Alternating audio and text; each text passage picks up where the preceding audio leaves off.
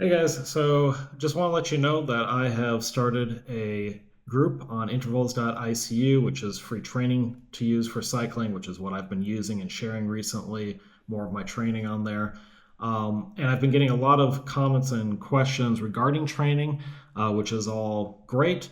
But I want to be able to actually share some of the specific workouts that I've been doing and that I prescribe to the athletes that I coach, and also get to the point where I can actually provide maybe like a 4 week block training for different aspects: base, build, a peaking period or a tapering period before a race, and put all that up there for free. My goal here is to help more people become better cyclists, and more people that can have these tools for self coaching, the more of us that can actually become better cyclists. And I think that's great for all of us.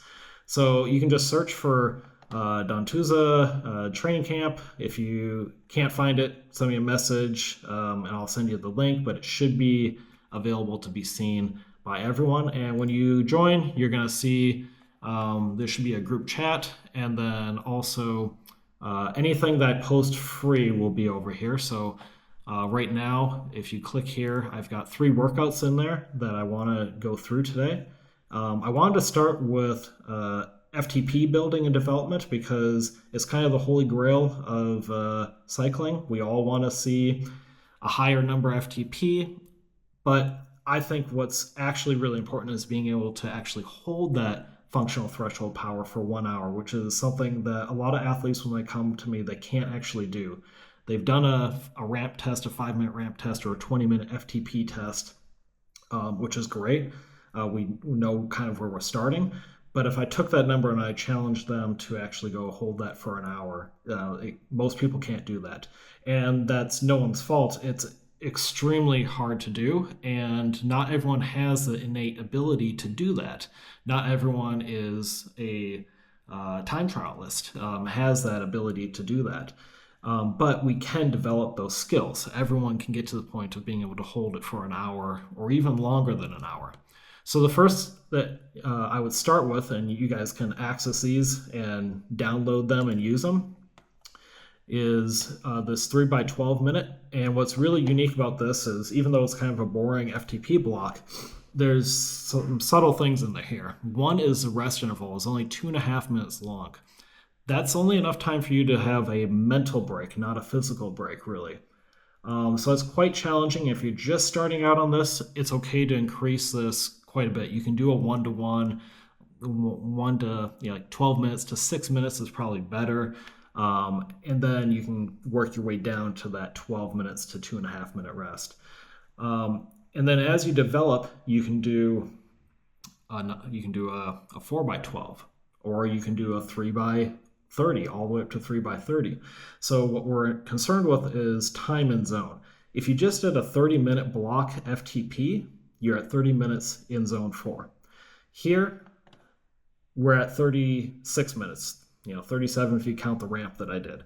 So we're at 36 minutes by doing the 3 by 12. So that's the point of these, is to be able to extend your time and zone without putting more fatigue. All right, because a lot of people won't be able to actually hold 30, 60 minutes at one block, but we can break that up so that we can get a total of 60 minutes in zone. Next, and one of my favorite ones that I do quite a bit during my build periods, is FTP over-unders.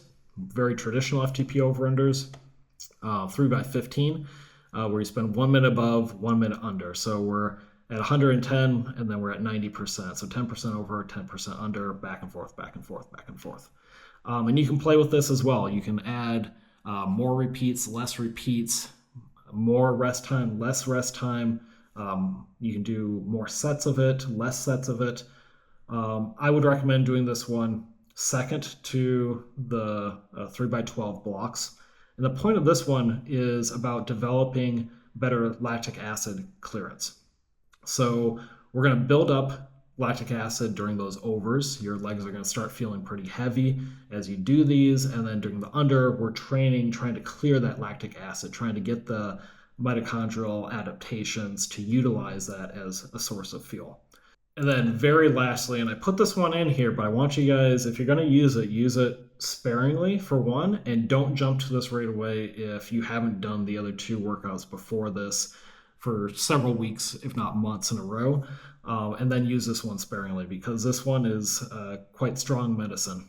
It is very difficult to do. You're basically doing a 20-minute block of over-unders, but you're not spending a lot of time under. So you're going to go over and then right at FTP, just barely under FTP, back over FTP, and then finally you're going to get the release of only 90%, so 10% under for 8 minutes. And then even after that, you're going to recover in zone two to zone three, which is going to be quite challenging, and then do a whole nother block of this again.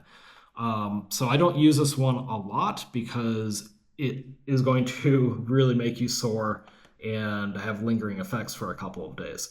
And you can play with this as well and make it harder or easier, but do the other ones first. This one I love it because it hurts. So yeah, have a look at these three that I've put in there so far. I'll be adding some more and I'll talk about them on here when I do add them.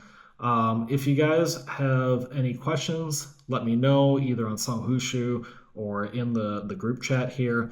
If you have questions on one-on-one training, I am taking a few more athletes, but not too many more athletes right now. So if you have questions about that, send me a direct message. We can have a chat. And yeah, until next time, guys, take it easy, and I'll catch you out there.